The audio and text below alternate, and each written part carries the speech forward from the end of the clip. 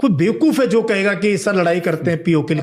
कारगिल हमने अपने एरिया में लड़ा ना, अपनी जमीन वापस ली, हमें हमारी नजर हट गई थी, वो बैठे हुए थे हमारे एरिया में। अभी 25 साल हुए हैं। 2 महीने लड़ाई चली, 2-2.5 महीने।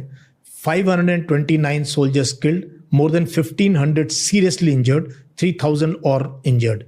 अपना एरिया, वो भी जब imagine if you have to enter Pakistan, and so what level of casualties are we looking at, and what will happen to our GDP? मैंने पाकिस्तान occupied कश्मीर करते हैं, do you think that will happen? हम लोग ले पाएंगे? Not by force. We'll take our country back by many years because wars are very costly. Fighting, इतनी गुर्बत है ना राज, 80 करोड़ लोगों को हम 5 किलो अनाज देते हैं, जॉब्स नहीं है हमारे पास। हमारे स्कूलों की कंडीशन जाके देखो, हमारे हॉस्पिटल्स की कंडीशन देखो, गांव की सड़कों की कंडीशन देखो, पानी की कंडीशन देखो। But as a professional soldier it is a no go by force. At politicians की बातें, as a professional soldier fight war is not easy. It बहुत डिफिकल्ट है, बहुत at this point. So होगा नहीं, you don't think? Why should we? यार what am, क्या करो, क्या ले लोगे? समझ लो आपने कुछ 1000 स्क्वायर किलोमीटर कर, क्या मिल जाएगा आपको? कोई वहां सोने की खान है जिसको लेके हम रिच बन जाएंगे? तो these are all foolish talk. देश को तो जरूरत है, और यहाँ जिंगोइज्म में हम लग रहे नहीं जी, हम दीज टू थिंग दोस्ती कर रहे हैं, क्वाड वगैरह बना रहे हैं। अमेरिका कितने 1000 किलोमीटर है, और अमेरिका का इतिहास पता है, किसकी को कब सपोर्ट करेगा, कब हाथ खींच लेगा, यू नेवर नो। किसी का नहीं। पाकिस्तान, चाइना, बांग्लादेश, नेपाल, पहले ये कहें हाँ सर आप लीडर हो, आप हमारे भले की सोचते हो। यहाँ तो हम इनको ऐसी भाषा का यूज करते हैं, दोस्ती वहाँ उसके साथ करना है ह्यूमन राइट्स पे। हम खुद अमेरिका जाते हैं और बड़ी अच्छी चीज़ें उस देश की, but I always say they only know one God, that is fire power. बहुत ज़्यादा फायर पावर यूज करते हैं भाई, वो तो दे whether it is Afghanistan, Iraq और Vietnam, they are ruthless. They just don't worry about how many people get killed and मारो बस। अगर वो बहुत डाउन हो रहे हैं, so their obvious choice is to become a problem for their neighboring country. Problem is only this sub-conventional में। But do you think they are getting insurgency? So our current leadership, government, वो कहीं ना कहीं subtly बात करते हैं POK के बारे में, पाकिस्तान occupied कश्मीर and अक्सा चीन की बात करते हैं। Do you think that will happen? हम लोग ले पाएंगे? Not by force. And if we decide to take it by force, it will take our country back by many years because wars are very costly. Fighting a war on the hills today, if you say to take back some area of POK or entire POK, will result into catastrophic losses in humans and capital. पहली बात, कारगिल हमने अपने area में लड़ा ना, अपनी जमीन वापस ली, हमें हमारी नजर हट गई थी, वो बैठे हुए थे हमारे एरिया में। अभी 25 साल हुए हैं। 2 महीने लड़ाई चली, 2-2.5 महीने। 529 soldiers killed, more than 1500 seriously injured, 3000 or injured. अपना एरिया, वो भी जबकि यूएस का प्रेशर आ गया एंड वहां का पता लग गया कि पाकिस्तान आर्मी इन्वॉल्व है, they got expose, so if the war petered off in the end. Imagine if you have to enter Pakistan, and so what level of casualties are we looking at, and what will happen to our GDP? मैंने बार बार ये बात कहता हूँ, मेरे अब उस पर देखना मेरे टाइमलाइन पे, जिस देश में इतनी गुर्बत है ना राज, 80 करोड़ लोगों को हम 5 किलो अनाज देते हैं, जॉब्स नहीं है हमारे पास। हमारे स्कूलों की कंडीशन जाके देखो, हमारे हॉस्पिटल्स की कंडीशन देखो, गांव की सड़कों की कंडीशन देखो, पानी की कंडीशन देखो, हवा, we are a water stressed country यार। पानी की सोच ले भाई, we have only 4% of fresh water and population देखो दुनिया की कितनी। तो ये वॉर मॉन्गरिंग, POK, सब politicians can do it for votes, but as a professional soldier it is a no go by force at least now और in the near future. बाद में कुछ होता है तो सर्कमस्टांसेस चेंज, अपने आप आ जाए अलग बात है। वो भी ऐसा कुछ नहीं है कि जी आप बहुत वो मधुर वाणी से बात करते हो तो लोग गले लगेंगे, आपके आएंगे। I have seen this across, तो we are not really making such friends की people will come to you and this. So ये सब पॉलिटिशियंस की बातें। As a professional soldier in those hills, in those mountains to fight war is not easy, it will catastrophic. बहुत difficult है, बहुत at this point. So होगा नहीं, you don't think? Why should we? यार तुम सोचो ना, तुम्हारे पास इतना करने को है यार। कोई बेवकूफ है जो कहेगा कि सर लड़ाई करते हैं POK के लिए, फिर विद व्हाट एम?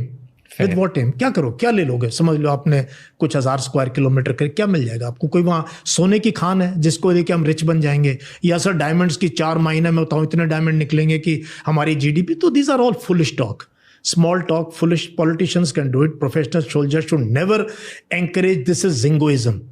और मैं बहुत खुल के बोलता हूँ इन चीज़ों पे, इसलिए यार हमने। And what do you think about China, जो चाइना लद्दाख में कर रहा था कि they were coming on our land, बहुत सारा लैंड अपना लेते हुए जा रहे थे? Why do they do? See, उसके पीछे बहुत रीजंस हैं कि भाई लद्दाख में you know this skirmishes happened and then we lost one CO and 19 other ranks.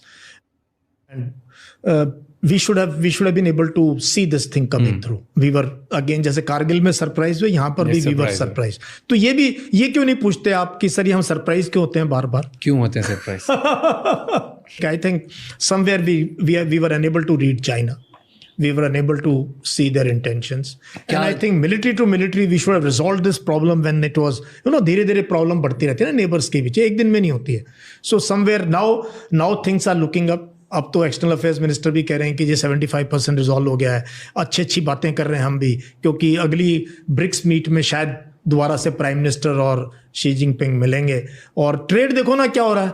हमारा सर्वे कह रहा है कि चाइना के साथ तो सर वीजा भी दे दो, उनके FDI भी ले लो, तो देश को तो जरूरत है. और यहाँ जिंगोइज्म में हम लग रहे नहीं जी, हम these two things can't go together. So if you do progress, देखो चाइना इज आवर नेबर और ये रहेगा, है ना. हम दोस्ती कर रहे हैं, क्वाड वगैरह बना रहे हैं. अमेरिका कितने 1000 किलोमीटर है, और अमेरिका का इतिहास पता है, किसकी को कब सपोर्ट करेगा, कब हाथ खींच लेगा, you never know. So neighbours के साथ जिंदगी में भी रिश्ते अच्छे बनाने चाहिए, और नेबरिंग कंट्रीज के साथ भी मिलजुल के काम करना. मैं हमेशा ये एडवाइस करता हूँ. और हमें पाकिस्तान, चाइना, बांग्लादेश, नेपाल, भूटान, म्यांमार, श्रीलंका, मालदीव्स, ये हमारा सर्कल ऑफ इन्फ्लुएंस है. पहले ये कहें हाँ सर आप लीडर हो, आप हमारे भले की सोचते हो. यहाँ तो हम इनको ऐसी भाषा का यूज करते हैं, दोस्ती वहाँ उसके साथ करना चाहते हैं, तो इट डजंट. एंड पैसा वहाँ पर है ना, क्योंकि पैसा वहाँ पर है ना, क्योंकि पैसा है, टेक्नोलॉजी है. We need technology. Money, like soft power, hard power, दोनों वहीं से आ रहा है. दोनों वहीं, इसीलिए हमें दोस्ती चाहिए. बट सॉफ्ट पावर तो हमारी भी जबरदस्त है. हमारी दंगल ने चाइना में सारे रिकॉर्ड तोड़ दिए. तो we should be sending our movies to China, and वहाँ पे ये इंडिया की सॉफ्ट पावर एक्सपोज करनी चाहिए ना हमें. वी ट्राइड ना, चला नहीं. वी ट्राइड, बट वहाँ के फोर्सेस अलाउ नहीं करते ना हमें करने के लिए lot of things. Movies do very well, but not that great जितना दूसरी कंट्रीज में करती है. लाइक रशिया एंड US, वहाँ की कंट्रीज एक्सेप्टिंग भी बहुत ज़्यादा है इंडिया को लेके. चाइना में they try to force. China का it's a complicated. Exactly, it's very complicated. Some parts is वो बहुत welcoming इंडिया से, they want to increase trade. वो बहुत very welcome, आगे बढ़ के धंधा करना चाहते हैं, वो लेना भी चाहते हैं, देना भी चाहते हैं. बिजनेसमैन को फट वीजा मिल जाएगा. शॉप एस्टेब्लिश भी कर लो, वहाँ को सामान खरीद लो. Everything is, and trade is at all time high. All time high. मतलब $100 billion हमने क्रॉस कर दिया है उनके साथ. डेफिसिट में हम वैसे. हाँ, और कमाल की बात है कि हम उन पे डिपेंडेंट हैं. और किस चीज पे डिपेंडेंट है पता है? सोलर के लिए, जो कि हमारे देश का future lies in green energy. उसके लिए हमें सोलर में काम करना है, और सोलर मॉड्यूल, सोलर बैटरीज में चाइना वर्ल्ड लीडर है. आपके ओपिनियन में what do you think we know wrong about China? Where do we get wrong? I think we get wrong because दुनिया को क्या गलत पता है कि चाइना के बारे में, जो हमारा मिसकंसेप्शन. कि मुझे लगता है कि हम ना चाइना का जो विजन है, चाइना का जो वर्ल्ड को लेके जो ओपिनियन है चाइना की, वो हम नहीं समझते हैं. क्या है वो? चाइना जो है उसने कभी आज तक किसी का लैंड ऑक्यूपाई नहीं किया, किसी की कहीं आर्मी नहीं भेजी अपनी. UN में भी बहुत कम पार्टिसिपेशन है उसका, और किसी को अदर देन उसका जो एरिया है South China Sea, Taiwan, doesn't go and threaten Australia और न्यूजीलैंड, और किसी को करता नहीं है. चाइना को सिर्फ अपनी trade, because it has become the manufacturing hub of the world. इसको बस वो ट्रेड रेस्ट्रिक्शंस नहीं चाहिए. It wants to, build dependencies of, Africa में, एशिया में, सेंट्रल एशिया में, through their belt and road initiative. क्या वो कहाँ क्या कर रहे हैं. ठीक है, 50-60% प्रोजेक्ट शायद फेल भी हो रहे हैं, बट स्टिल इतने बड़े लेवल पे ह्यूमन हिस्ट्री में कभी काम नहीं हुआ जो ये कर रहा है चाइना. जैसे कि आपने पर आज की एक बड़ी बड़ी खबर ये है कि हिंदुस्तान तो प्लेन अभी तक बना नहीं पाया तेजस, अमेरिका इंजन नहीं दे रहा, क्या करा जाए। लेकिन सब पाकिस्तान J-17 बनाता है अब लेकिन उसे ईरान खरीदने जा रहा है साहब।